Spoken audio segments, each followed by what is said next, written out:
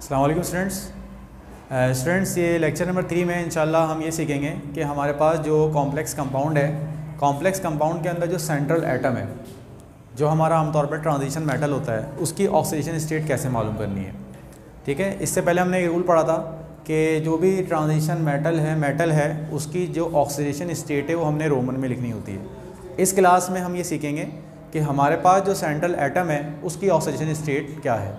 तो oxidation state निकालने से पहले सबसे पहली चीज़ तो ये याद रखें कि ये आपके पास जितने भी मॉलिक्यूल्स आपको नज़र आ रहे हैं, जैसे NH3 है तो NH3 की कोई ना कोई ऑक्सीडेशन स्टेट होगी, Cl है इसकी कोई ना कोई ऑक्सीडेशन स्टेट होगी।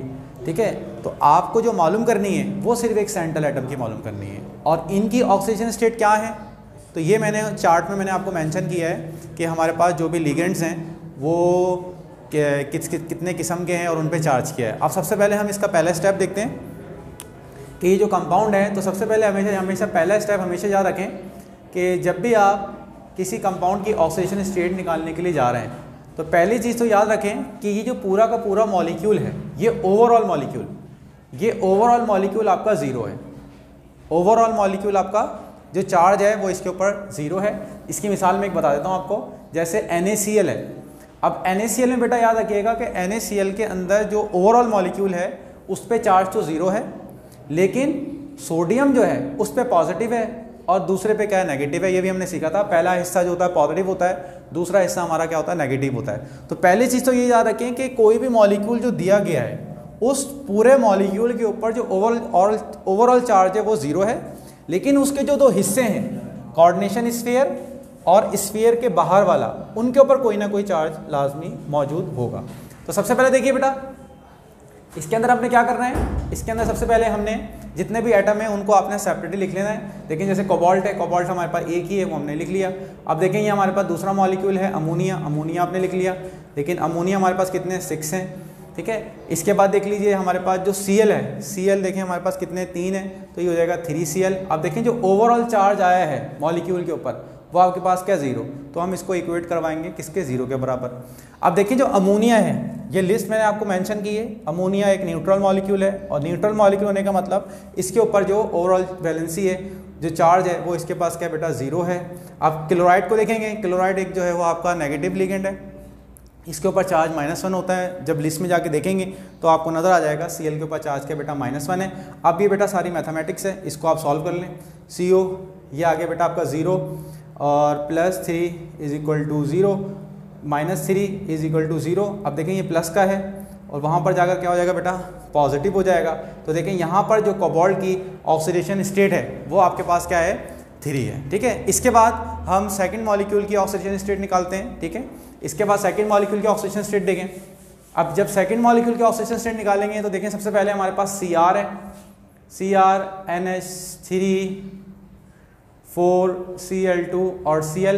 पहली चीज़ ये जो मॉलिक्यूल है ये ओवरऑल मॉलिक्यूल आपका क्या है, न्यूट्रल है, कि अभी इसके ऊपर कोई चार्ज मौजूद नहीं है। ठीक है, अब तमाम जितने भी एटम है उनको आप सेपरेट करके लिख लें। ये Cr है, ये आपके पास 4NH3 हो जाएगा। Cl आपके पास कितने बेटा, 2 हैं, तो ये 2Cl हो जाएगा।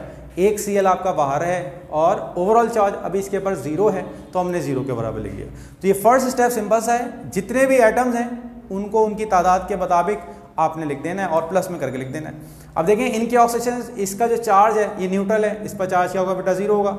Cl है, Cl की ऑक्सीडेशन -1 होती है। अब ये 1 है तो ये क्या होगी बेटा, -1 होगी, = 0। देखें ये 0 हो जाएगा, ये -2 -1 = 0।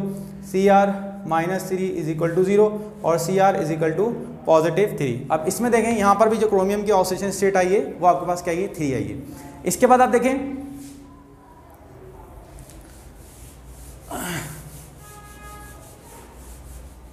अब बेटा ये वीडियो पॉज करके आप जो है इसको नोट डाउन करते रहें। इसके बाद देखिए ये कोबाल्ट है, कोबाल्ट में देख लीजिए En(3) और बाहर NO3 और 3। अब यहाँ पर देख लीजिए सबसे पहले आपका कोबाल्ट है, यहाँ पर देखें इथिलीन डायमाइन है, ये En हो जाएगा। ठीक है, अच्छा इसमें देखें ये 3 है, 3 नाइट्रेट NO3, ये आपके पास 3 होगा और = 0 क्योंकि इसके पास चार्ज क्या 0 है। सबसे पहली चीज़ एथिलीन, इस पे चार्ज क्या बेटा, 0 है, तो यहाँ पे 0 आ जाएगा। न्यूट्रल मॉलिक्यूल है, ये आप लिस्ट में तमाम चार्ज हमारे, इसके बारे में फिक्रमंद मत हो, इसकी लिस्ट है वो जो मैंने आप वीडियो में देखेंगे।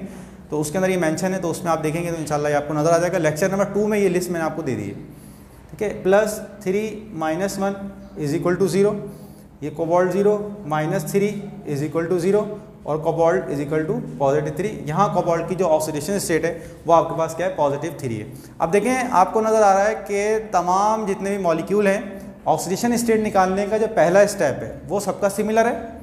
दूसरा स्टेप क्या है कि सेंट्रल एटम के अलावा जितने भी आपके पास मॉलिक्यूल्स हैं उन तमाम मॉलिक्यूल के ऊपर कोई ना कोई चार्ज होगा, और वो चार्ज आपको जो लिस्ट आपको मेंशन है उस लिस्ट के अंदर आपके पास आसानी से आपको मिल जाएगा। इसको आप वीडियो पॉज करके इसको ज़रा आप नोट कर लीजिए। इसके बाद आप आ जाएं फोर्थ पर आ जाएं। अब फोर्थ पे देख लें, PTNH3 और बेटा आपका हो गया Cl4। अब देखें लिखने का तरीका बिल्कुल सिंपल सा है। पहला प्लेटिनियम आ गया आपके पास, इसके बाद NH3 आ गया, 2NH3 हो गया और 4Cl। अब देखें ओवरऑल चार्ज मॉलिक्यूल पर क्या बेटा आपका 0 है। तो अब देख लें प्लेटिनियम है, इसका चार्ज ये न्यूट्रल मॉलिक्यूल है। अब देख जैसे जैसे आप पढ़ते जाएंगे तो ये जितने भी मॉलिक्यूल्स हैं आमतौर पे आपको याद हो जाएंगे कि किसके ऊपर क्या चार्ज है।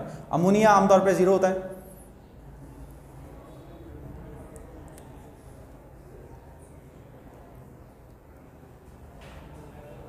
अब देखें माइनस का हो जाएगा प्लस का हो जाएगा। तो अब देखें इसकी ऑक्सीडेशन स्टेट प्लेटिनियम की भी आपके पास क्या आ चुकी है, +4 आ चुकी है, ठीक है। इसके बाद अब आप नेक्स्ट पे आ जाएं।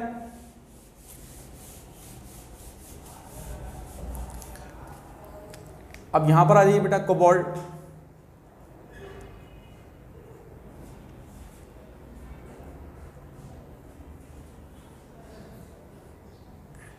अब यहाँ देखें पहला स्टेप वही है, जितने भी मॉलिक्यूल हैं एटम्स हैं उनको अलग कर लें। कोबाल्ट है, अमोनिया है,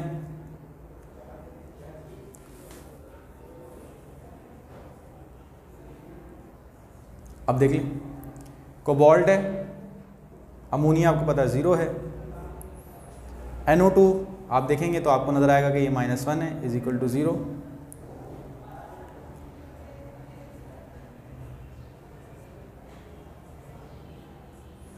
अब यहाँ पर देखें आपको ऑक्सीजन स्टेट नज़र आ चुकी है, यहाँ पर जो है वो आपके पास +3 है।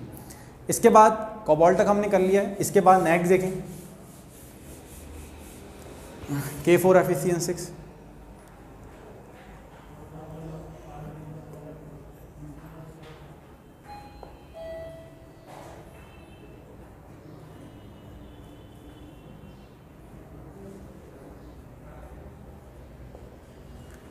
ठीक है, जितने भी आइटम हैं उनको आपने अलग करके लिखा।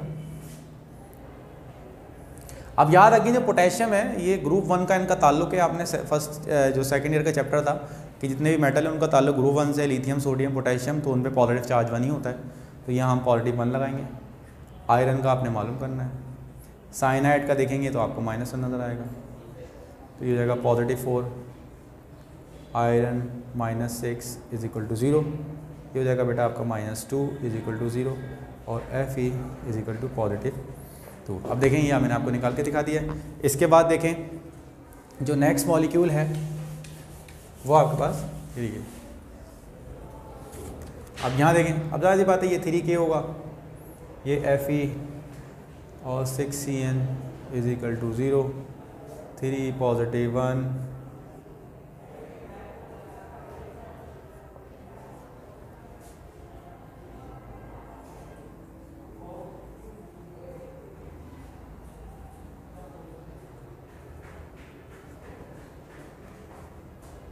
अब देखें ये ऑक्सीजन स्टेट मैक्सिमम मैंने आपको कहा दिया। अब देखें नेक्स्ट वीडियो के अंदर मैं आपको आयुपेक नेम कैसे लिखते हैं वो मैं बताऊंगा।